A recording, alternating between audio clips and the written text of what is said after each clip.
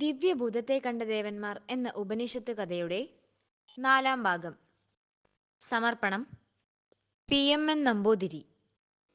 അവതരണം ഗായത്രി ജഗദീശൻ.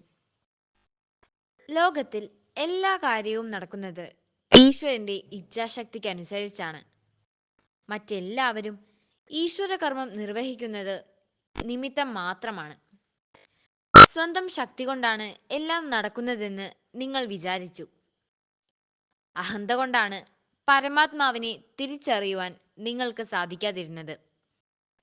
അങ്ങനെ ഉമാഭഗവതിയുടെ കൃപയാൽ തങ്ങൾക്ക് മുമ്പിൽ പ്രത്യക്ഷപ്പെട്ട യക്ഷം പരബ്രഹ്മ ചൈതന്യമാണെന്ന് ദേവന്മാർ മനസ്സിലാക്കി. ദേവന്മാരാണ് ആദ്യമായി പരബ്രഹ്മത്തെക്കുറിച്ച് മനസ്സിലാക്കിയത്.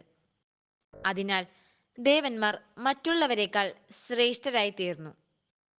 ദേവന്മാരിൽ വെച്ച് അഗ്നിയും വായുവും ഇന്ദ്രനും അഹന്തയോടെയാണെങ്കിലും ബ്രഹ്മത്തിന്റെ സത്യാവസ്ഥ തേടി പുറപ്പെടുകയും മുമ്പിലെത്തി സംസാരിക്കുകയും പരീക്ഷണത്തിൽ ഏർപ്പെടുകയും ചെയ്തു. അതിനാൽ അവർ മറ്റു ദേവന്മാരെക്കാൾ ശ്രേഷ്ഠരായി തീർന്നു. എത്രയധികം ശക്തരായിരുന്നാൽ പോലും ശ്രേഷ്ഠരായുള്ളവർ അഹങ്കരിക്കുകയും സ്വയം പുകഴ്ത്തുകയും ചെയ്യുകയില്ല. അങ്ങനെ ചെയ്താൽ ഈശ്വരന്റെ മുമ്പിൽ അവർക്ക് തല കുനിക്കേണ്ടി വരും. തങ്ങളുടെ ശക്തി വെറും നിസാരമെന്നറിയുമ്പോൾ ലജ്ജിച്ച് ഓടി ഒളിക്കേണ്ടി വരും. അഗ്നിക്കും വായുവിനും ഇന്ദ്രനും അതാണ് സംഭവിച്ചത്. മൂവരുടെയും അഹംഭാവം നശിച്ചു. മൂവരിൽ വെച്ച് ഭക്തിയും വിശ്വാസവും ശ്രദ്ധയും ജിജ്ഞാസയും ഇന്ദ്രനിൽ അധികമുണ്ടായിരുന്നു. അതിനാൽ ഇന്ദ്രന് ആ ദിവ്യഭൂതം ബ്രഹ്മമാണെന്ന് അറിയാൻ കഴിഞ്ഞു. വിദ്യാസ്വരൂപിണിയുടെ അനുഗ്രഹം ലഭിച്ചതും ബ്രഹ്മത്തെക്കുറിച്ച് ആദ്യമായി അറിഞ്ഞതും ഇന്ദ്രനാണ്. അതുകൊണ്ട് ഇന്ദ്രൻ എല്ലാവരിലും വെച്ച് ശ്രേഷ്ഠനായി തീർന്നു. ഈശ്വരനെ കുറിച്ചുള്ള ജ്ഞാനം നേടണമെങ്കിൽ ആദ്യം അസുരഭാവങ്ങളെ ജയിക്കണം.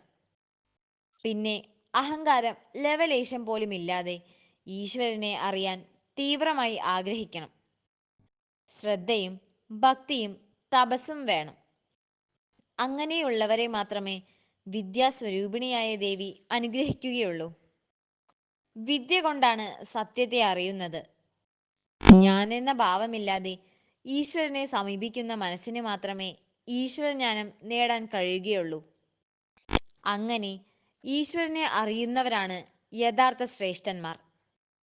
അത്തരക്കാരുടെ ജന്മം സഫലമാകും. അടുത്ത കഥയുമായി വീണ്ടും കാണാം. നന്ദി, നമസ്കാരം.